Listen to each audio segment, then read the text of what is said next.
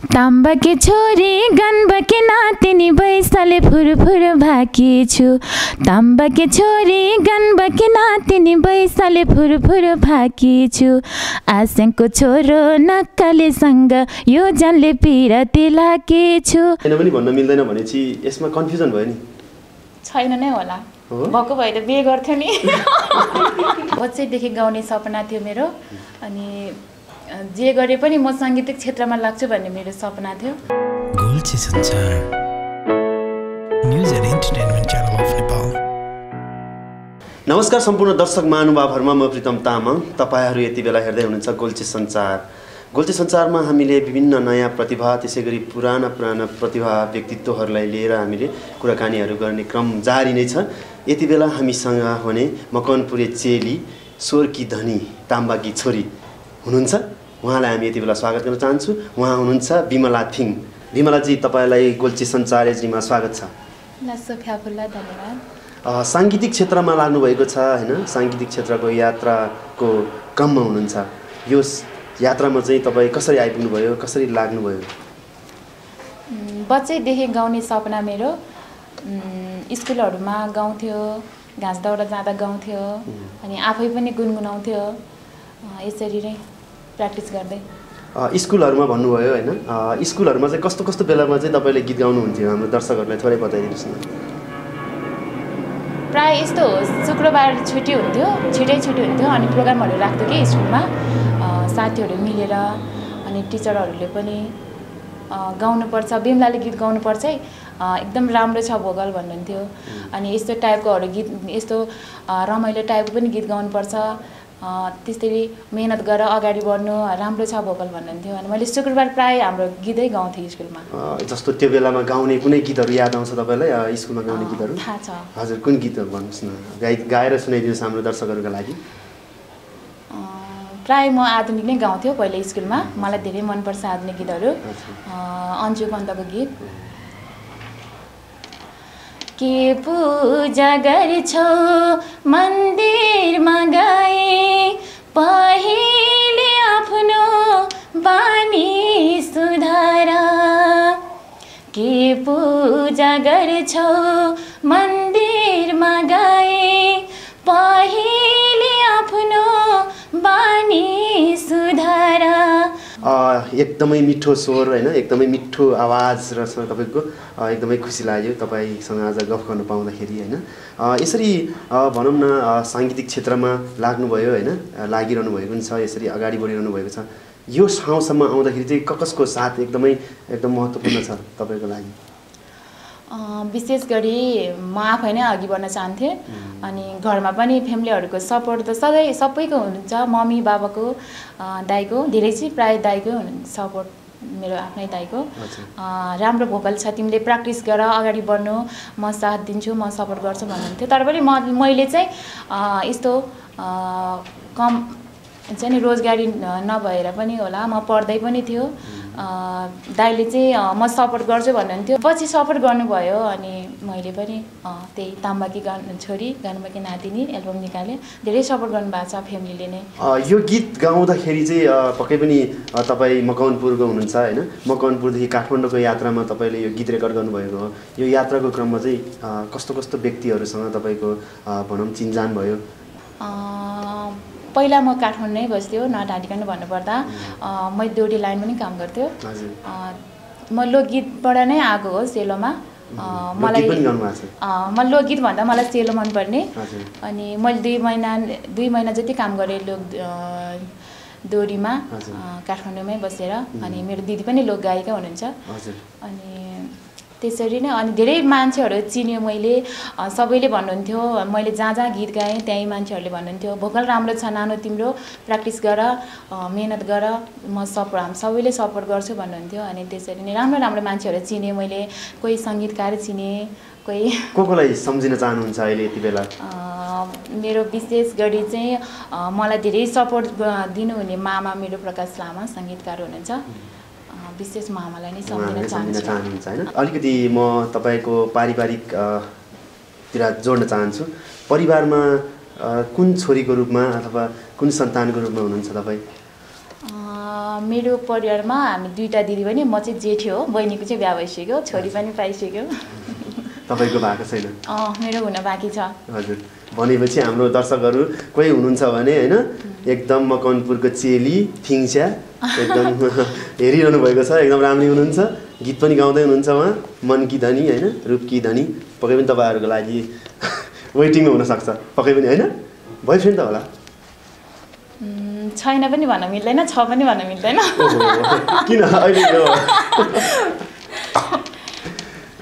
त्यसो भन्नुभएपछि पक्कै पनि छ पनि भन्न मिल्दैन, छैन पनि भन्न मिल्दैन भनेपछि यसमा कन्फ्युजन भयो नि? छैन नै होला, भएको भए त बिहे गर्थ्यो नि। भनेपछि हाम्रो बिमलाले पक्कै पनि अब बोयफ्रेन्ड बनाउने बित्तिकै त्योसँग बोयफ्रेन्ड बनाउनुहुन्छ जोसँग चाहिँ बिहे गर्न चाहनुहुन्छ, त्यसरी सोच्दा हुन्छ? मात्रै अब सिजन अहिले अलि मिल्दैन होइन, फागुन कार्तिकतिर मिल्छ क्या। तपाईँको एकदम रमाइलो गाउँ, ठिक छ। अहिले बिहे गर्ने उमेर पनि भएको छैन होला, पक्कै पनि उमेर सोध्न अलिकति मिल्दैन होइन, चेलीहरूको उमेर सोध्दा अलिकति होला। यो गीत एकदम चर्चामा पुग्यो होइन, ताम्बा गीत छोरी भन्ने गीत एकदम तपाईँको पहिलो गीत सेलो गीतको रूपमा भनौँ होइन, हामीले यसरी बुझौँ। यो गीतले गर्दाखेरि भनौँ न, अघि भनिहाल्नुभयो बोयफ्रेन्ड छैन भन्नुभयो होइन, कतिको पछि लागेको छ यो गीत त एकदम राम्रो चर्चामा छ? बोयफ्रेन्डहरू भनौँ साथीहरू चाहिँ धेरै नै छ फेसबुकमा। पहिला चाहिँ यस्तो हुन्छ 200 त्यस्तै 100 लाइक हुन्थ्यो भने अहिले त 300-400 नै पुग्छ, धेरै नै छ त्यो गीत पछि। पक्कै पनि यो गीतले बिमलालाई एकदमै चिनायो भनौँ, धेरैले माया गर्नु भएको छ। त्यस्तो नेगेटिभ तरिकाले फ्रेन्ड रिक्वेस्ट त पठाउँदैन नि, सबैले मकवानपुरकी चेली रहेछ भनेर त्यस्तै गरी बोल्नुहुन्थ्यो, सबैजनाले सपोर्ट। कस्तो लाग्छ यो गीत जुन तरिकाले तपाईँले सोच्नु भएको थियो यो गीत चाहिँ यतिको चल्छ होला, यति धेरै रुचाउँछ होला सबैले भनेर? मैले सोचेको थिएन। के भएर चाहिँ यो त्यसरी सबैले रुचायो होला जस्तो लाग्छ तपाईँलाई? विशेष गरी यस्तो मेरो मामाले मलाई धेरै सपोर्ट दिनुभएको छ। यो गीत चर्चासँगै तपाईँको त्यो ठाउँहरूमा चाहिँ कतिको चर्चा भयो, स्टेजहरूमा कतिको प्रोग्रामहरू पाइयो? पाइरहेको छु मैले, लोसारहरूमा त धेरै ठाउँमा नै पायो, मकवानपुर एरियामा चाहिँ पायो है, क्षेत्रमा चाहिँ पायो, धेरैले माया गर्नुभएको छ। अनि बिमलाले नै गीत गाएछ भन्ने हुन्थ्यो क्या मकवानपुरको मान्छेहरूले, मेरो चिनेको मान्छेहरूले बिमला थिङले गीत गाएछ, अनि त्यो स्टेजहरूमा प्रायःले बोलाइदिने। कतिको रुचायो तपाईँले लाइभ गाउनुदाखेरि चाहिँ होइन, यो त एउटा रेकर्डेड गीत त यतिकै रुचाउनु भएको छ, तर लाइभ त्यो स्टेजमा गाउँदाखेरि कतिको रुचाएको जस्तो तपाईँलाई फिल भयो? धेरै नै माया गर्नुभएको छ, धेरै प्र्याक्टिस त अब गरिरहेकै हो, अझ पनि गर्नेछु। हजुर, हामी बिमलाजीको स्टेजको कुराहरू पनि गर्दै थिएँ होइन, स्टेज पनि राम्रो पाउनुभयो तपाईँले, दर्शकको माया पनि पाउनुभयो।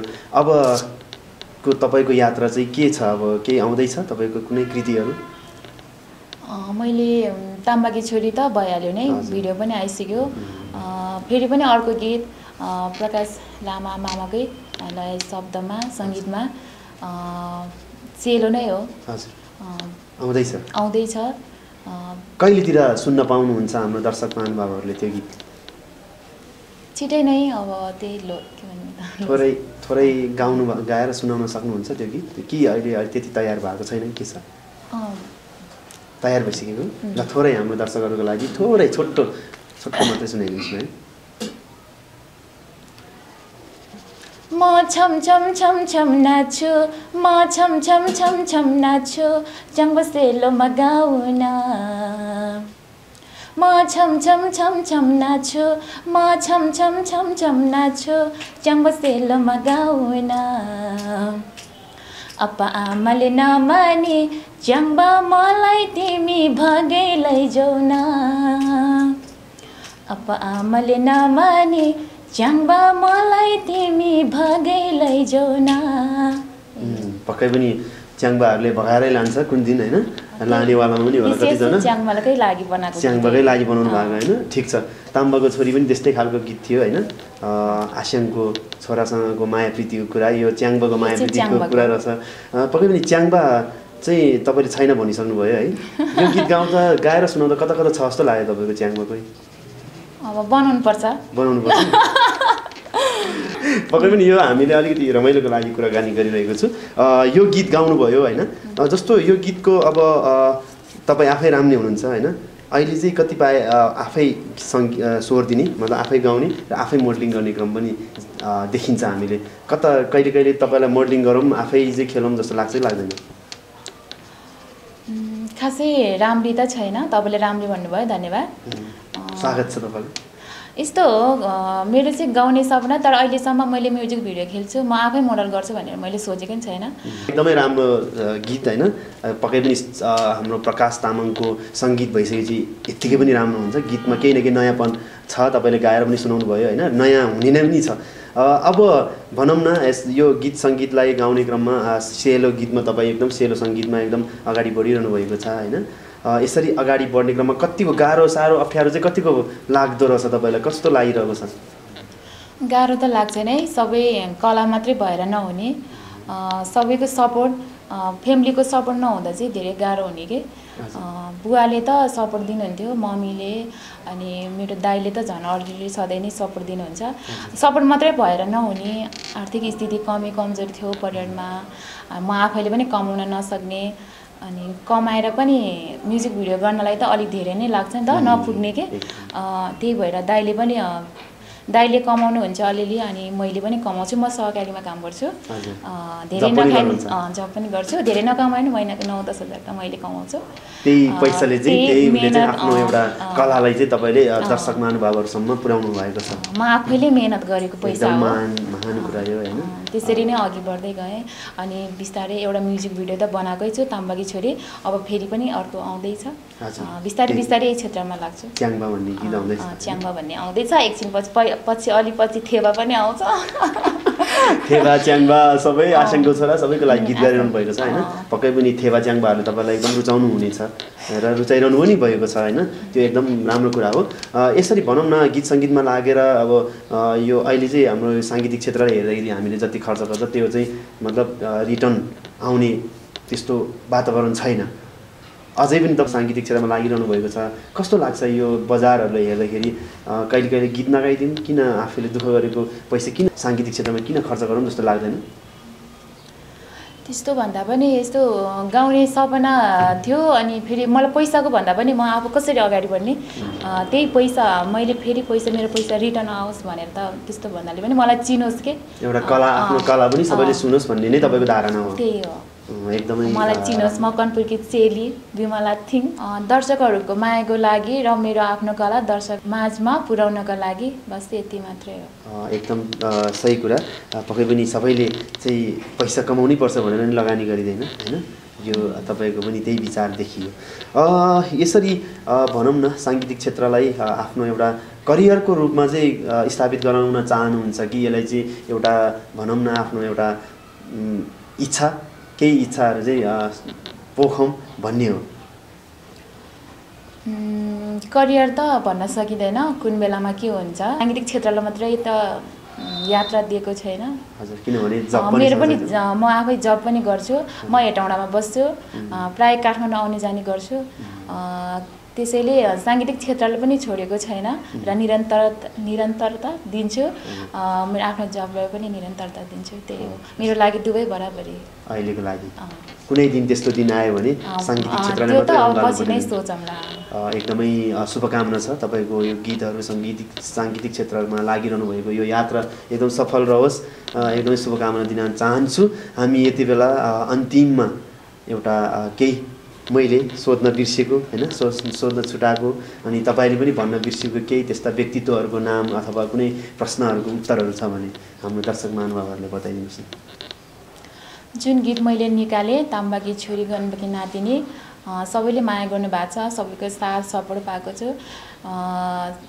मलाई आफ्नो फ्यामिलीले मात्रै नभएर मेरो आफन्तजनहरूले पनि धेरैले सपोर्ट दिनुभएको छ मेरो मामा हुनुहुन्छ राम गोले अनि मेरो दाजु हुनुहुन्छ विजय लामा अनि सबैको सपोर्ट त छ तर हामी 3 जनाको चाहिँ लगानी हो मिलेर गरेको मेरो भान्जी मामाले नै सोध्नुहुन्छ मेरो भान्जीलाई अगाडि बढाउनुपर्छ भनेर अनि मेरो दाइले त झन् फुल सपोर्ट दिनुहुन्छ सदैव राम्रो प्र्याक्टिस गर्नु यताउति डुल्यो भने पनि खालि गीत प्र्याक्टिस गर्ने हैन भनेर कराइरहनुहुन्थ्यो प्राय म बिहान अफिस गएपछि बेलुका 5 बजे घरमा आइपुग्छ अनि घरमा आएपछि खानाहरू पकाउने यताउति हुने अलिक फ्री टाइममा म पनि अलि उयो के प्र्याक्टिस नगर्ने अनि दाइले पनि कराउनुहुन्थ्यो धेरै मेहनत अनि दाइहरूको सपोर्ट सबैको सपोर्ट छ खासै भन्नुपर्ने कुरा त अघि नै भनिसकेँ मैले जुन गीत मैले पहिले एल्बम निकालेको थिएँ ताम्बाकी छोरी म सम्पूर्ण भिडियो होल टिमलाई सम्झिन चाहन्छु र मेरो त्यो ताम्बाकी छोरी गीतको रचनाकार चाहिँ आसमान लोप्चान सङ्गीत चाहिँ प्रकाश लामा मामलामा विशेष गरी धन्यवाद दिन चाहन्छु दर्शक महानुभावहरूलाई धेरै धेरै धन्यवाद दिन चाहन्छु मलाई यति धेरै माया सपोर्ट दिनुभएको छ मलाई अझै पनि माया गरिदिनु होला म कनपुरकी चेली बिमला थिङ भनेर साथ सपोर्ट दिनु होला भन्दै मेरो मनको कुरा राख्न मौका दिनुभएकोमा विशेष गरी गोल्छे सञ्चारलाई धेरै धेरै धन्यवाद दिन चाहन्छु लास्ट अफ ठाकुरलाई